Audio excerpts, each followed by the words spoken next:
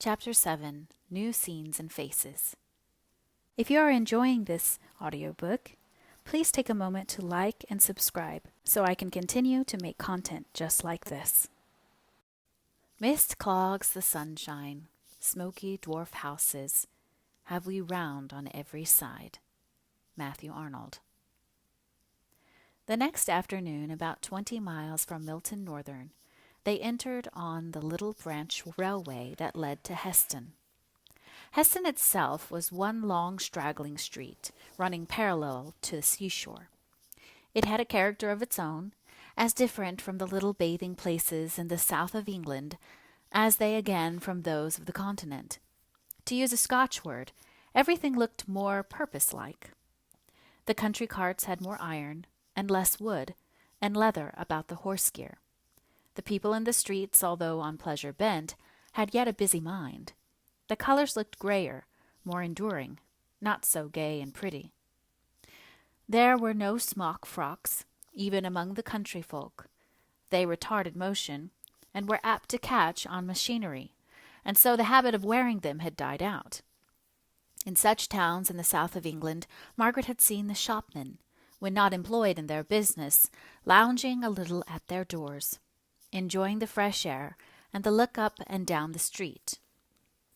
Here, if they had any leisure from customers, they made themselves business in the shop, even, Margaret fancied, to the unnecessary unrolling and re-rolling of ribbons. All these differences struck upon her mind as she and her mother went out next morning to look for lodgings. Their 2 nights at hotels had cost more than Mr. Hale had anticipated, and they were glad to take the first clean, cheerful rooms they met with that were at liberty to receive them. There, for the first time for many days, did Margaret feel at rest. There was a dreaminess in the rest, too, which made it still more perfect and luxurious to repose in. The distant sea lapped the sandy shore and measured sound, the nearer cries of the donkey boys, the unusual scenes moving before her like pictures, which she cared not in her laziness to have fully explained before they passed away. The stroll down to the beach to breathe the sea air, soft and warm on that sandy shore even to the end of November. The great long misty sea line touching the tinder-colored sky. The white sail of a distant boat turning silver in some pale sunbeam. It seemed as if she could dream her life away in such luxury of pensiveness, in which she made her present all in all, from not daring to think of the past or wishing to contemplate the future. But the future must be met, however stern and iron it be. One evening it was arranged that Margaret and her father should go the next day to Milton Northern and look out for a house. Mr. Hale had received several letters from Mr. Bell, and 1 or 2 from Mr. Thornton, and he was anxious to ascertain at once a good many particulars respecting his position and chances of success there, which he could only do by an interview with the latter gentleman. Margaret knew that they ought to be removing, but she had a repugnance to the idea of a manufacturing town, and believed that her mother was receiving benefit from Heston air. So she would willingly have deferred the expedition to Milton. For several miles before they reached Milton, they saw a deep lead-colored cloud hanging over the horizon in the direction in which it lay. It was all the darker from contrast with the pale grey blue of the wintry sky, for in Heston there had been the earliest signs of frost. Nearer to the town, the air had a faint taste and smell of smoke, perhaps, after all, more a loss of the fragrance of grass and herbage than any positive taste or smell. Quick they were whirled over long, straight, hopeless streets of regularly built houses, all small and of brick. Here and there a great oblong, many-windowed factory stood up, like a hen among her chickens, puffing out black, unparliamentary smoke, and sufficiently accounting for the cloud which Margaret had taken to foretell rain. As they drove through the larger and wider streets from the station to the hotel, they had to stop constantly. Great loaded lorries blocked up the not over-wide thoroughfares. Margaret had now and then been in the city in her drives with her aunt, but there the heavy lumbering vehicles seemed various in their purposes and intent. Here every van, every wagon and truck bore cotton, either in the raw shape in bags or the woven shape in bales of calico. People thronged the footpaths, most of them well-dressed as regarded the material, but with a slovenly looseness, which struck Margaret as different from the shabby, threadbare smartness of a similar class in London. "New Street," said Mr. Hale. "This, I believe, is the principal street in Milton. Bell has often spoken to me about it. It was the opening of this street from a lane into a great thoroughfare 30 years ago, which has caused his property to rise so much in value. Mr. Thornton's mill must be somewhere not very far off, for he is Mr. Bell's tenant, but I fancy he dates from his warehouse." "Where is our hotel, Papa?" "Close to the end of the street, I believe. Shall we have lunch before or after we have looked at the houses we marked in the Milton Times?" "Oh, let us get our work done first." "Very well. Then I will only see if there is any note or letter from me from Mr. Thornton, who said he would let me know anything he might hear about these houses, and then we will set off. We will keep the cab. It will be safer than losing ourselves, and being too late for the train this afternoon." There were no letters awaiting him. They set out at their house hunting. £30 a year was all they could afford to give, but in Hampshire they could have met with a roomy house and pleasant garden from the money. Here even the necessary accommodation of 2 sitting rooms and 4 bedrooms seemed unattainable. They went through their list, rejecting each as they visited it. Then they looked at each other in dismay. "We must go back to the second, I think. That one, in Crampton. Don't they call the suburb? There were 3 sitting rooms. Don't you remember how we laughed at the number compared with the 3 bedrooms? But I have planned it all. The front room downstairs is to be your study and our dining room. Poor Papa. For you know, we settled Mamma is to have as cheerful a sitting room as we can get. And that front room upstairs, with the atrocious blue and pink paper and heavy cornice, had really a pretty view over the plain, with a great bend of river or canal, or whatever it is, down below. Then I could have the little bedroom behind, in that projection at the head of the first flight of stairs of the kitchen, you know. And you and Mamma, the room behind the drawing-room, and that closet in the roof will make you a splendid dressing-room." "But Dixon and the girl we are to have to help." "Oh, wait a minute. I am overpowered by the discovery of my own genius for management. Dixon is to have, let me see, I had it once, the back sitting-room. I think she will like that. She grumbles so much about the stairs at Heston. And the girl is to have the sloping attic over your room and Mamma's. Won't that do?" "I dare say it will. But the papers, what taste! And the overloading such a house with colour and such heavy cornices." "Never mind, Papa.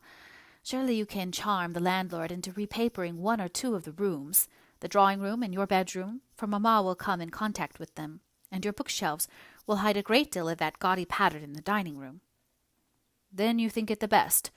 If so, I had better go at once and call on this Mr. Donkin, to whom the advertisement refers me. I will take you back to the hotel, where you can order lunch and rest, and by the time it is ready I shall be with you. I hope I shall be able to get new papers." Margaret hoped so too, though she said nothing. She had never come fairly in contact with the taste that loves ornament, however bad, more than the plainness and simplicity, which are of themselves the framework of elegance. Her father took her through the entrance of the hotel, and leaving her at the foot of the staircase, went to the address of the landlord of the house they had fixed upon. Just as Margaret had her hand on the door of their sitting-room, she was followed by a quick-stepping waiter. "I beg your pardon, ma'am. The gentleman was gone so quickly I had no time to tell him. Mr. Thornton called almost directly after you left, and as I understood from what the gentleman said, you would be back in an hour. I told him so, and he came again about 5 minutes ago, and said he would wait for Mr. Hale. He is in your room now, ma'am." "Thank you. My father will return soon, and then you can tell him." Margaret opened the door and went into the straight, fearless, dignified presence habitual to her.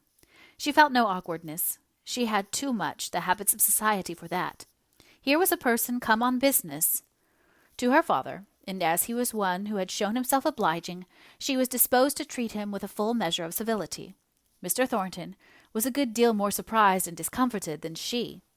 Instead of a quiet, middle-aged clergyman, a young lady came forward with frank dignity, a young lady of a different type to most of those he was in the habit of seeing.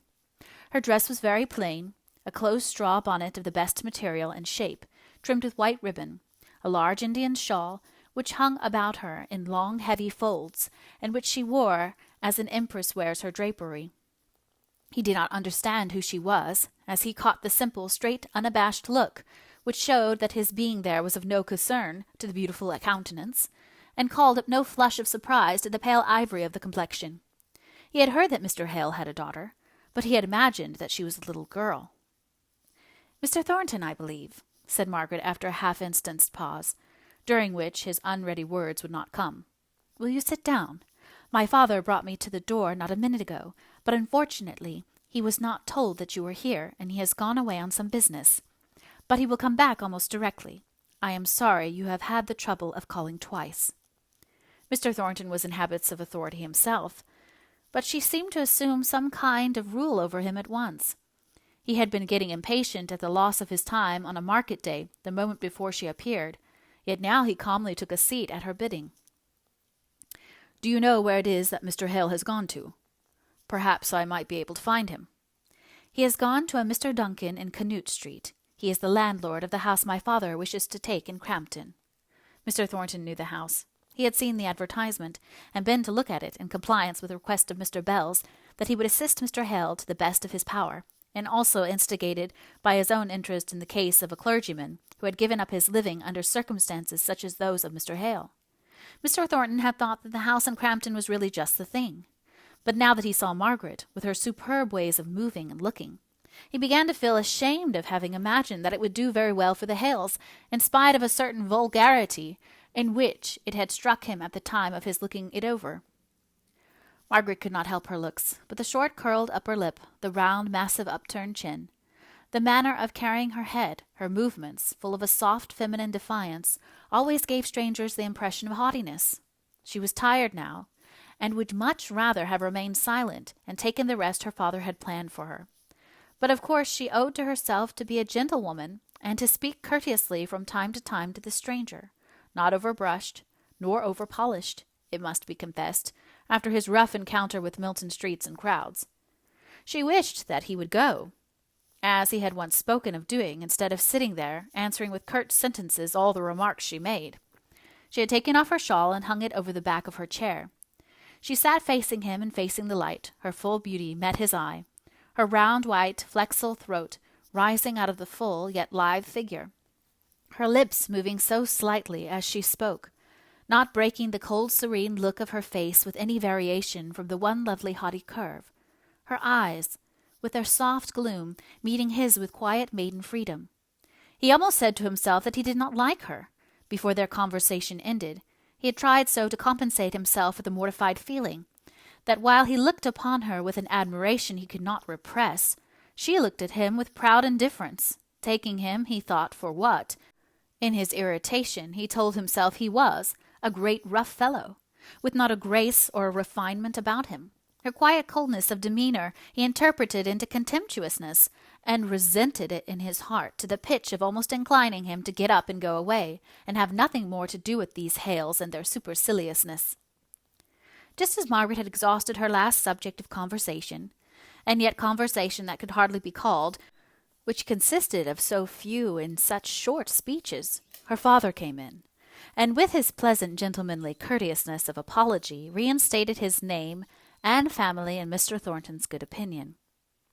Mr. Hale and his visitor had a good deal to say respecting their mutual friend, Mr. Bell, and Margaret, glad that her part of entertaining the visitor was over, went to the window to try and make herself more familiar with the strange aspect of the street. She got so much absorbed in watching what was going on outside that she hardly heard her father when he spoke to her, and he had to repeat what he said. "Margaret, the landlord will persist in admiring that hideous paper, and I am afraid we must let it remain." "Oh dear, I am sorry," she replied, and began to turn over in her mind the possibility of hiding part of it, at least by some of her sketches, but gave up the idea at last as likely only to make bad worse. Her father, meanwhile, with his kindly country hospitality, was pressing Mr. Thornton to stay to luncheon with them. It would have been very inconvenient to him to do so, yet he felt that he should have yielded, if Margaret by word or look had seconded her father's invitation. He was glad she did not, and yet he was irritated at her for not doing so. She gave him a low, grave bow when he left, and he felt more awkward and self-conscious in every limb than he had ever done in his life before. "Well, Margaret, now to luncheon as fast as we can. Have you ordered it?"